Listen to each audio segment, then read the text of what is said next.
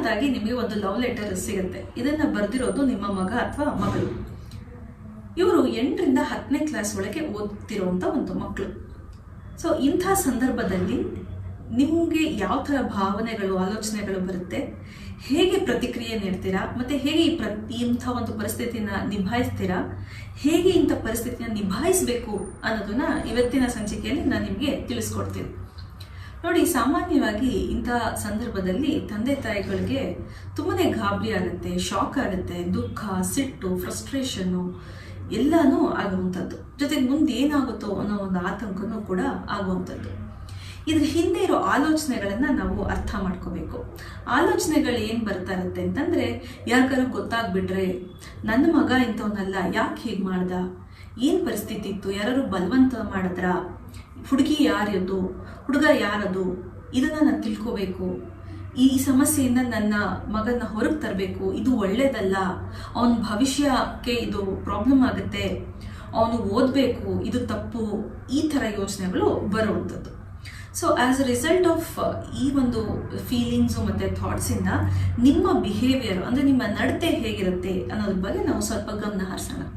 So ಈ ಒಂದು shock, ಗಾಬರಿ, ಆತಂಕ, ದುಃಖ ಎಲ್ಲ ಆಗಿರುತ್ತೆ, ಯೋಚನೆಗಳು ಈ ಥರ ಬರ್ತಾ ಇರುತ್ತೆ. ಸೊ ನೀವೇನು ಮಾಡ್ತೀರಾ ಸಾಮಾನ್ಯವಾಗಿ ಅಂತಂದರೆ, ತಕ್ಷಣ ಹೋಗಿ ನಿಮ್ಮ ಮಕ್ಕಳ ಹತ್ರ ಮಾತಾಡುವಂಥದ್ದು, ತೋರಿಸೋದು ಆ ಲೆಟರ್ನ, ಯಾಕೆ ಹಿಂಗೆ ಮಾಡಿದೆ, ಹಿಂಗೆ ಮಾಡಬಾರ್ದಿತ್ತು ಅಂತ ಹೇಳೋದು, ಇದು ತಪ್ಪು, ಇದು ಒಳ್ಳೇದಲ್ಲ ಅಂತ ಹೇಳೋದಕ್ಕೆ ಪ್ರಯತ್ನ ಪಡೋದನ್ನ ಮಾಡ್ತೀರಾ.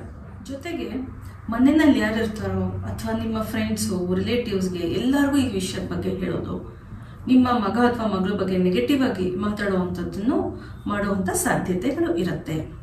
ಮತ್ತು ಅವ್ರಿಗೇನಾದ್ರು ಒಂದು ಕೆಟ್ಟದಾಗ ಶಿಕ್ಷೆ ಕೊಡಬೇಕು, ಹೊಡಿಬೇಕು, ಬೈಬೇಕು ಅನ್ನೋ ಒಂದು ಆಲೋಚನೆಗಳು ಬರುತ್ತೆ.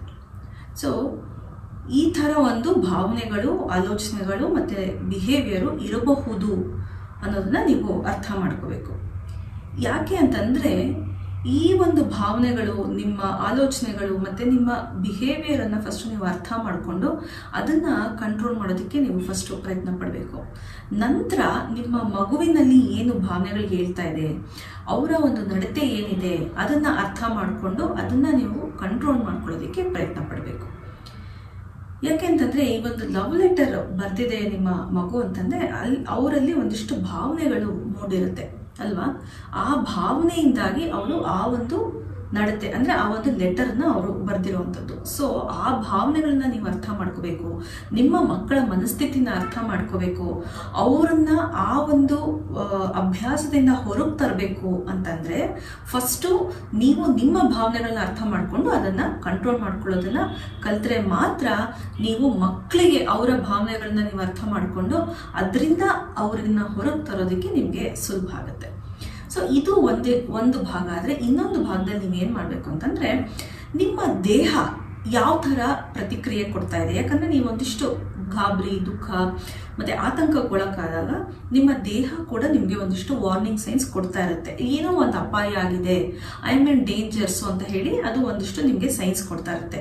ಸೊ ದೇಹದಲ್ಲಿ ಆಗುವ ಒಂದು ಬದಲಾವಣೆಗಳು ಏನಿರ್ಬೋದು, ನಿಮ್ಮ ಹಾರ್ಟ್ ಬೀಟ್ ಜಾಸ್ತಿ ಆಗುವಂಥದ್ದು, ತುಂಬ ಬಾಯಾರಿಕೆ ಆಗುವಂಥದ್ದು, ಅಥವಾ ನಿಮ್ಮ ಕೈಕಾಲು ನಡುಗ್ತಾ ಇರಬಹುದು, ತಲೆ ತಿರುಗ್ತಾ ಇರ್ಬೋದು, ಈ ಥರ ಒಂದಿಷ್ಟು ಅಥವಾ ಬೇವುತ್ತಾ ಇರ್ಬೋದು, ಈ ಥರ ಒಂದಿಷ್ಟು ಬದಲಾವಣೆಗಳು ಆಗ್ತಿರುತ್ತೆ. ಇದನ್ನು ನೀವು ಗಮನಿಸಿ ಇದನ್ನು ಒಂದು ನಾರ್ಮಲ್ ಕಂಡೀಷನ್ಗೆ ತರೋದಕ್ಕೆ ಫಸ್ಟು ನೀವು ಪ್ರಯತ್ನ ಪಡಬೇಕು.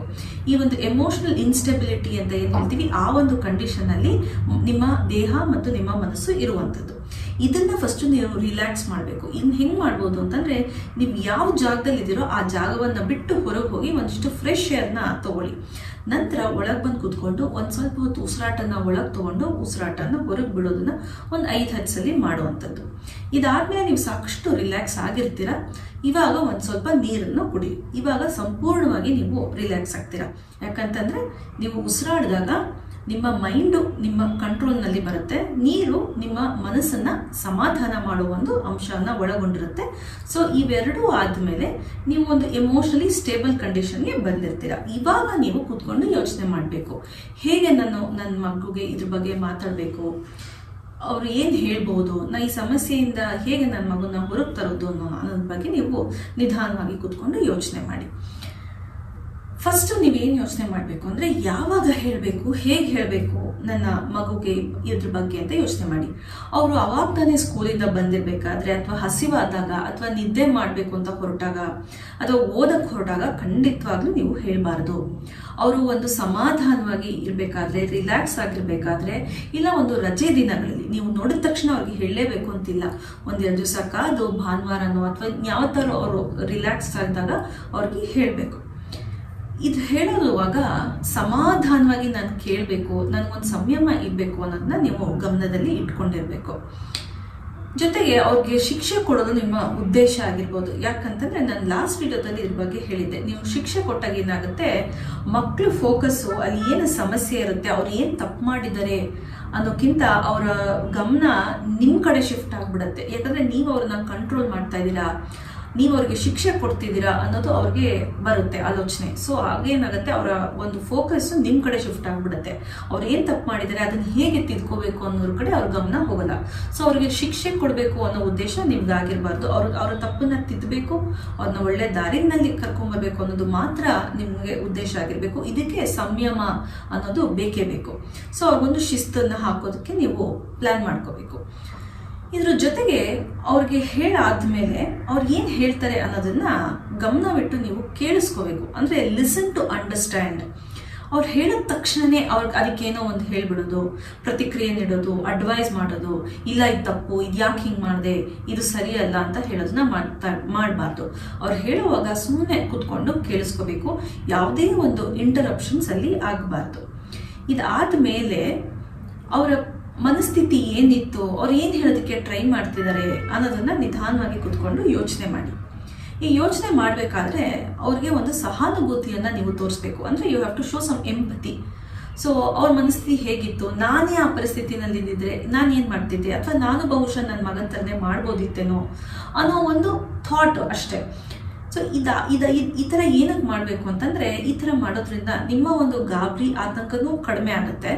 ಜೊತೆಗೆ ನಿಮ್ಮ ಮಗಳ ಅಥವಾ ಮಗನ ಮನಸ್ಥಿತಿ ಹೇಗಿತ್ತು ಅನ್ನೋದನ್ನ ಅರ್ಥ ಮಾಡ್ಕೊಳ್ಳೋದಕ್ಕೆ ಇದು ನಿಮಗೆ ಸುಲಭ ಮಾಡಿಕೊಡುತ್ತೆ. ಸೊ ಆ ಕಾರಣಕ್ಕಾಗಿ ನೀವು ಸಹಾನುಭೂತಿಯನ್ನ ತೋರಿಸಿ ಅವರ ಪರಿಸ್ಥಿತಿಯನ್ನ ಅರ್ಥ ಮಾಡ್ಕೋಬೇಕು. ಆಮೇಲೆ ಇನ್ನೊಂದೇನು ಇಂಪಾರ್ಟೆಂಟ್ ವಿಷಯನ ನೀವು ತಿಳ್ಕೋಬೇಕು ಅಂತಂದ್ರೆ, ಈ ಒಂದು ವಯಸ್ಸು ಅಂದ್ರೆ ಪ್ರೌಢಾವಸ್ಥೆಗೆ ಬಂದಾಗ 10 ರಿಂದ 18 ವಯಸ್ಸಿನ ತನಕ ಈ ಒಂದು ಭಾವನೆಗಳು ಸ್ವಾಭಾವಿಕ.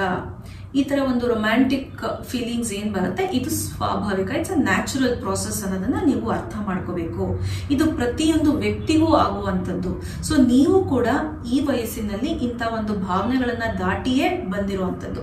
ಸೊ ನೀವು ಆ ಪರಿಸ್ಥಿತಿನ ಹೇಗೆ ಎದುರಿಸಿದ್ರಿ ಅನ್ನೋದನ್ನ ನೀವು ಅರ್ಥ ಮಾಡಿಕೊಂಡು ನಿಮ್ಮ ಮಕ್ಕಳು ಅದೇ ಥರ ನೀವು ಮಾರ್ಗದರ್ಶನ ಮಾಡಬಹುದು. ಸೊ ಇದನ್ನ ಅರ್ಥ ಮಾಡ್ಕೊಳ್ಳಿ. ಜೊತೆಗೆ ಈ ವಯಸ್ಸಿನಲ್ಲಿ ಈ ಒಂದು ರೊಮ್ಯಾಂಟಿಕ್ ಫೀಲಿಂಗ್ಸ್ ಉದ್ಭವ ಆಗೋದ್ರ ಜೊತೆ ಅವ್ರಿಗೆ ಅವ್ರದ್ದೇ ಆದ ಒಂದು ಈಗೋ ಅನ್ನೋದು ಮತ್ತೆ ಒಂದು ಐಡೆಂಟಿಟಿ ಫಾರ್ಮೇಶನ್ ಆಗೋದು ಸಹ ಆಗ್ತಾ ಇರುತ್ತೆ. ಸೊ ಅವರೊಂದು ಸ್ವತಂತ್ರ ಬೇಕು ಅಂತ ಒಂದು ಇಚ್ಛೆ ಬಯಸ್ತಾ ಇರ್ತಾರೆ. ಸೊ ಇದನ್ನು ನೀವು ಅರ್ಥ ಮಾಡ್ಕೋಬೇಕು. ಸೊ ಈ ಕಾರಣಕ್ಕೆ ಅವ್ರಿಗೆ ಅವಮಾನ ಮಾಡೋದಾಗ್ಲಿ, ಅವ್ರ ಈಗೋನ ಹರ್ಟ್ ಮಾಡೋದಾಗ್ಲಿ, ಅವ್ರಿಗೆ ನೆಗೆಟಿವ್ ಲೇಬಲಿಂಗ್ ಅಥವಾ ಜಡ್ಜ್ಮೆಂಟ್ಸ್ ಕೊಡೋದನ್ನಾಗ್ಲಿ, ಒಪಿನಿಯನ್ಸ್ ಕೊಡೋದನ್ನಾಗ್ಲಿ ಮಾಡಬಾರ್ದು. ಅವ್ರಿಗೆ ಆದಷ್ಟು ರೆಸ್ಪೆಕ್ಟ್ ಕೊಟ್ಟು ಅವರ ಫೀಲಿಂಗ್ಸ್ಗೆ ನೀವು ರೆಸ್ಪೆಕ್ಟ್ ಕೊಡಬೇಕು. ಆಗ ಅವರು ನಿಮ್ಮ ಒಂದು ಅಡ್ವೈಸ್ಗೆ, ನಿಮ್ಮ ಒಂದು ಒಪಿನಿಯನ್ಸ್ಗೆ ಅವರು ರೆಸ್ಪೆಕ್ಟ್ ಕೊಡ್ತಾರೆ.